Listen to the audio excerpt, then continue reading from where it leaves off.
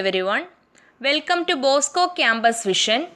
I am Lakshmi V.S., Assistant Professor, Department of Commerce, Don Bosco College, Kottayam. This is the 82nd lecture on Strategic Cost and Management Accounting. This lecture is based on Business Analysis Embedded in Enterprise Performance Management, which is the 6th module in the subject Strategic Cost and Management Accounting for Semester 3 students of MCOM. In previous lecture, we were discussing about techniques for business analysis, and in this lecture we are going to continue with the same topic, that is techniques for business analysis. കഴിഞ്ഞ ലെക്ചറിൽ നമ്മൾ linear പ്രോഗ്രാമിങ്ങിൽ objective function, linear constraints, slack variable, surplus variable, artificial variables ഇത്രയുമായിരുന്നു discuss ചെയ്തത്. And ഈ ലെക്ചറിൽ നമ്മൾ linear programming പ്രോബ്ലത്തിൽ definitions, graphical solution method, simplex method ഇത്രയുമാണ് ഡിസ്കസ് ചെയ്യാൻ പോകുന്നത്. ലീനിയർ പ്രോഗ്രാമിംഗ് പ്രോബ്ലത്തിൽ വരുന്ന ഇമ്പോർട്ടൻറ്റ് ഡെഫിനിഷൻസ് എന്തൊക്കെയാണെന്ന് നോക്കാം. First one is solution to LPP. Any set x1, x2 up to xn plus m of variables is called a solution to LPP if it satisfies a set of constraints of standard LPP. Standard LPPയുടെ ഒരു set of കൺസ്ട്രെയിൻസിനെ satisfy ചെയ്യുന്ന any set of variables, ഏതൊരു set of വേരിയബിൾസിനെയും linear programming പ്രോബ്ലത്തിൻ്റെ solution എന്ന് പറയാം. Feasible solution to LPP. Any set x1, x2 up to xn plus m of variables is called a feasible solution to LP if it satisfies a set of constraints and non-negativity restrictions of standard LPP. Standard LPPയുടെ set of കൺസ്ട്രെയിൻസിനെയും non negativity റെസ്ട്രിക്ഷൻസിനെയും satisfy ചെയ്യുന്ന ഏതൊരു set of വേരിയബിൾസിനെയും feasible solution to LP എന്ന് പറയാം. Next one is basic solution. Basic solution to an LPP is obtained by equating n out of m plus n variables x1, x2 up to xm plus n to 0 and solving for remaining m variables. അപ്പോൾ ഒരു linear programming പ്രോബ്ലത്തിനുള്ള basic solution എങ്ങനെയാണ് obtain ചെയ്യുന്നത്? n out of m plus n വേരിയബിൾസിനെ സീറോയുമായിട്ട് equate ചെയ്തുകൊണ്ടും remaining m വേരിയബിൾസിനെ solve ചെയ്തുകൊണ്ടുമാണ് basic solution to an LPP obtain ചെയ്യുന്നത്. These m variables will then be called basic variables and remaining n0 valued variables will be known as non-basic variables. ഇവിടെ പറഞ്ഞ m variables, it is known as basic variables. And ഇവിടെ പറഞ്ഞ n0 valued variables, they are known as non-basic variables. Fourth one is basic feasible solution, BFS. Basic feasible solution is a basic solution which also satisfies non-negativity restrictions of the standard LPP. Standard LPPയുടെ non negativity റെസ്ട്രിക്ഷൻസിനെയും കൂടി satisfy ചെയ്യുന്ന basic സൊല്യൂഷനാണ് basic feasible solution.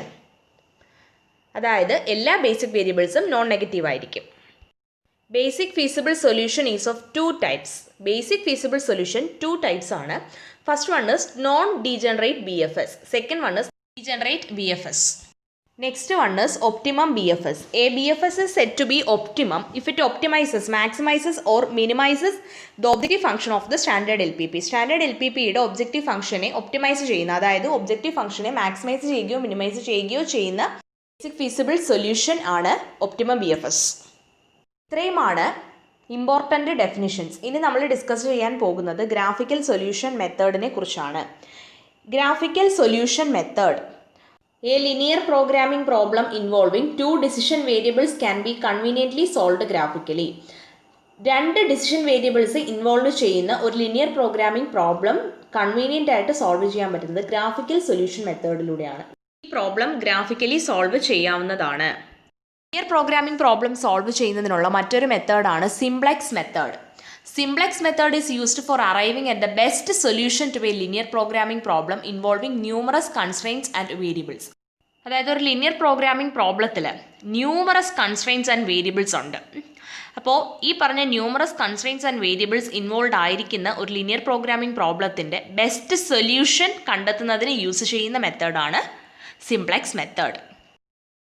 This method is an algebraic iterative procedure which moves step by step to arrive at the optimal solution. ഇതൊരു algebraic iterative procedure ആണ്. ഒരു step by step procedure follow ചെയ്താണ് optimal സൊല്യൂഷനിൽ എത്തുന്നത്. Iterate means to repeat. Iterate എന്ന് പറയുന്നത് തന്നെ repeat ചെയ്യുക എന്ന അർത്ഥമാണ്. To arrive at the optimum solution, the computational routine is repeated over and over following a standard pattern. അപ്പോൾ ഒരു ഒപ്റ്റിമം സൊല്യൂഷനിൽ എത്തിച്ചേരുന്നതിന് വേണ്ടി ഒരു സ്റ്റാൻഡേർഡ് പാറ്റേൺ ഫോളോ ചെയ്തുകൊണ്ട് ഈ കമ്പ്യൂട്ടേഷണൽ റുട്ടീൻ റിപ്പീറ്റ് ചെയ്തുകൊണ്ടേയിരിക്കും. In this way successive solutions are found until the optimum solution is reached. ഈ ഒരു രീതിയിൽ ഒപ്റ്റിമം സൊല്യൂഷനിൽ എത്തുന്നത് വരെ സക്സസീവ് സൊല്യൂഷൻസ് ഫൈൻഡ് ഔട്ട് ചെയ്യുകയും ചെയ്യും. Another characteristic of this method is that each new solution developed will give a value of objective function equal or larger than the value of the previous solution developed.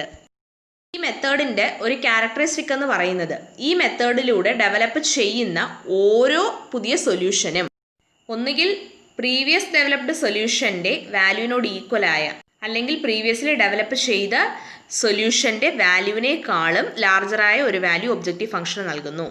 This characteristic will assure us that we are approaching towards best possible solution.